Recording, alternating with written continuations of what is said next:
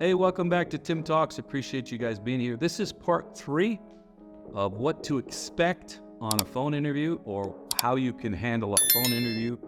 It's very important to know what to do and what to say. It's a little different than a regular interview or a sit-down interview or even a Zoom interview. So that's why we're talking over it. Now, a lot of things are the same, but there's some general points that you need to know so that you can advance to the second part, which is actually face-to-face or even a Zoom interview.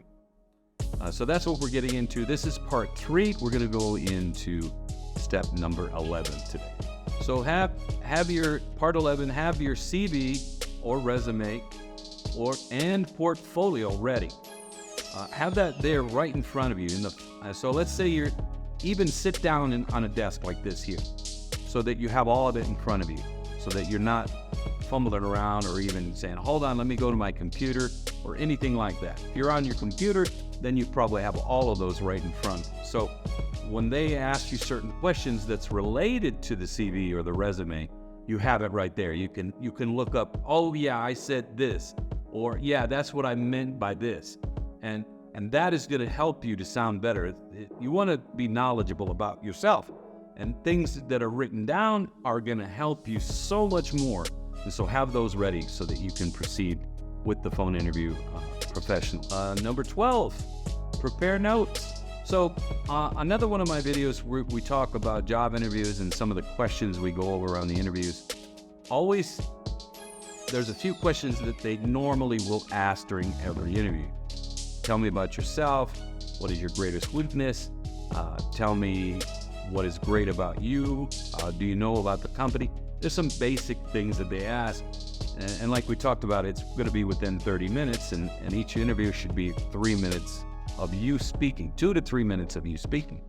So it's not wrong. In fact, it's very good to make notes specifically for those questions. So if they ask a certain question and you have all that paperwork in front of you or on the computer in a file, then you're able to go right there and look at it and make the answer that you've prepared already.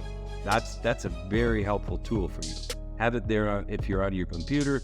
As you're talking to them on the phone, you can just look at it, and it's going to work really well for you. It really sounds like you're knowledgeable when you do that. The only other thing about that is make sure if you write them down, make sure they're clear and legible. You don't want to go, oh man, what did I write here? That's why it's good to do it on the computer. That way everything is clear. Make sure the font is big enough so that you don't stumble over the words.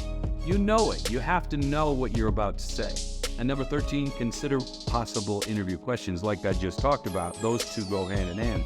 12 and 13 go hand in hand. When you have all of that ready, then you're prepared to make those answers. Look up some answers that you don't know. If you can't find them on my channel, which they're there, you can find them. So go ahead and write those down and write your answer that fits you in particular. That's one of the things that's going to help you stand out, is knowing the answer to those. Like I said, 2 to 3 minutes of speaking on your behalf. That's what's going to help. We're talking number 14, preparing common interview questions. Now there are some, like I just mentioned, that are going to be there, but that this part is so important to make sure that you're preparing those. And number 15, speak clearly. You want to make sure they understand what you are saying. If you're not clear or you're kind of mumbling, it's going to detract. It's going to detract, especially from possibly getting that second interview, that in-person interview. You're not in a hurry. Take your time, answer these questions, use full words, don't cut any words off, don't sound like you're tired. Always have this part prepared to be able to talk smoothly, not too fast and not too slow. Be sure to enunciate, say things clearly. Like I said, it's just so important to do that, especially if the phone connection that maybe on their part, their phone connection is not that good. So always make sure you pronounce things correct. It's so important. Thank you guys for being here. That's the end of part 3. We're looking forward to part 4. Check out the links and the descriptions below. We'll talk to you soon. Have a great day.